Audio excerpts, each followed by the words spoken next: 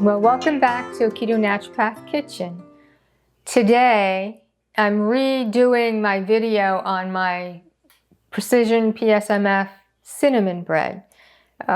We've been doing Precision PSMF for about 2 years now. We have a 30-day course where we send you an ebook on how to implement Precision PSMF, as well as 30-day Facebook group where we give you support and Zoom calls to help you through that. Now, I've been making this cinnamon bread for over 2 years, and I've changed the way I do it several times, and this is the best way so far. So you start out with, and I'm doubling the recipe because if I'm going to make this, I'm going to make more than just 1 loaf. So this will make 2 loaves. It's 12 egg whites, which I already had measured out because I needed egg yolks the other day to make my egg yolk waffles. So I had 12 egg whites. Here is 57 grams of egg white powder. I like egg white powder that is just egg whites and nothing else. Also, I have a tablespoon of cinnamon. And the newest thing that I've been doing is I've been adding a teaspoon of gelatin. So I have 2 teaspoons of gelatin since this is a double recipe. Why did I start using gelatin? I don't know, but it has really made the texture of the bread amazing. It's changed it quite a bit. So make sure we get all of that in the mixing bowl. Sometimes I just put the egg whites in and then put everything right in there.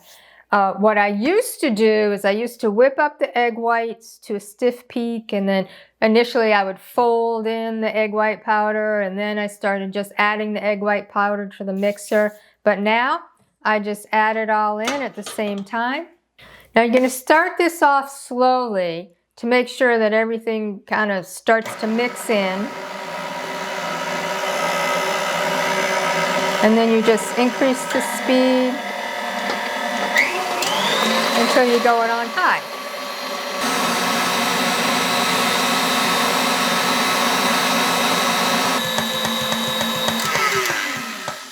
This is stiff peaks. Now it takes longer when you mix everything in together. What I forgot to tell you, and I added later, is I added some better stevia. I added French vanilla, which we get off of Wellevate. I just put a couple of squirts in it. I've also made it with, I love better stevia, and there's so many flavors on Wellevate. Oh, that's the French vanilla.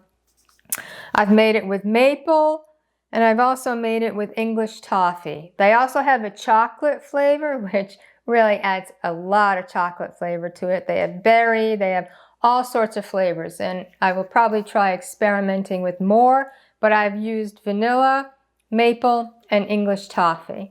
You can see the peaks right there. So that's stiff peaks. Now you also have to make sure that your bowl and your beater don't have any grease or fat on them. You can take white vinegar or lemon juice on a paper towel and wipe them out before you use them, and that will remove any grease if there is any. Also, what I have found is if your oven needs to be cleaned and is a little greased, I do bacon and pork and crispy chicken thighs. So sometimes my oven gets greasy. So I have to clean it quite often because a greasy oven will make these fall. So I have my oven already preheated to 325 degrees Fahrenheit.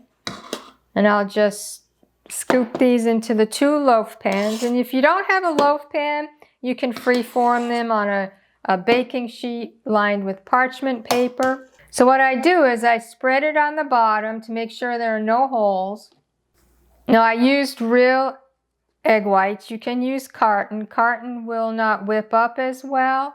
Also, by putting all the ingredients together, it does make a different texture, and the gelatin also, you can see this is a very smooth texture.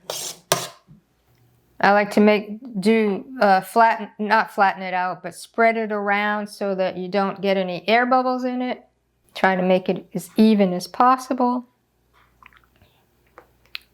I still sometimes get air bubbles, but I try and do this. Try to make it look as nice as possible.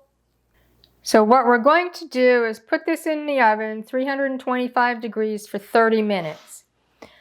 After 30 minutes, we're going to shut the oven off, leave them inside the oven for another 30 minutes. And then this last step, I sometimes don't do, but to help prevent them from falling too much, you then crack open the oven door and leave them in for another 30 minutes to take them out. So I'll see you back here in an hour and a half when I take them out of the oven. We've been back. We are back. These have been in the oven for an hour and a half. An hour at 325 degrees baking, a half hour with the oven shut off, and another half hour with the oven door slightly ajar so that they don't sink. They aren't really high, but I don't really make mine that high. This is about what they were. They didn't sink in much. I will leave them to cool completely, and then what I do is I put them in a bag, put it in the refrigerator overnight. So these are 2 loaves that I made yesterday. So they've been in the refrigerator. They just get softer and they're easier to slice after they've been in the refrigerator. So I'll take one out and show you. You can slice it with a bread knife and that's fine. And for my cinnamon bread, it's fine because I slice them thick.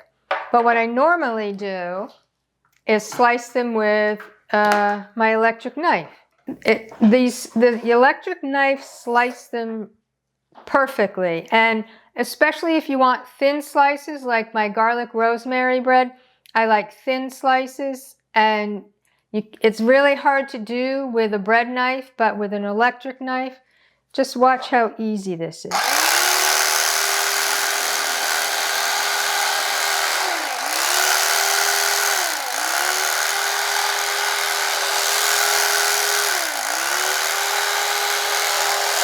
And we have this every night for dessert, so I like thick pieces. And as you see, I don't always get it so that there are no holes. This one has a hole. But adding the gelatin just makes the texture so nice and smooth, and it makes it really delicious. As I said, we have this every night for dessert with our chamomile tea. We each have a pot of chamomile tea. And we have cinnamon bread. They're also good. You can toast it. You can, if you have nut butter, you can put peanut butter, cashew butter, whatever. Occasionally, not often.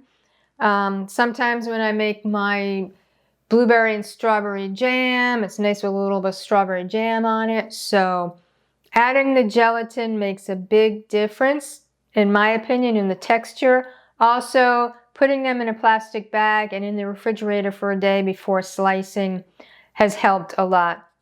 Sometimes the top gets crumbly and you get all these crumbles. It doesn't happen when you put it in the refrigerator ahead of time. And again, cutting it with an electric knife helps a lot.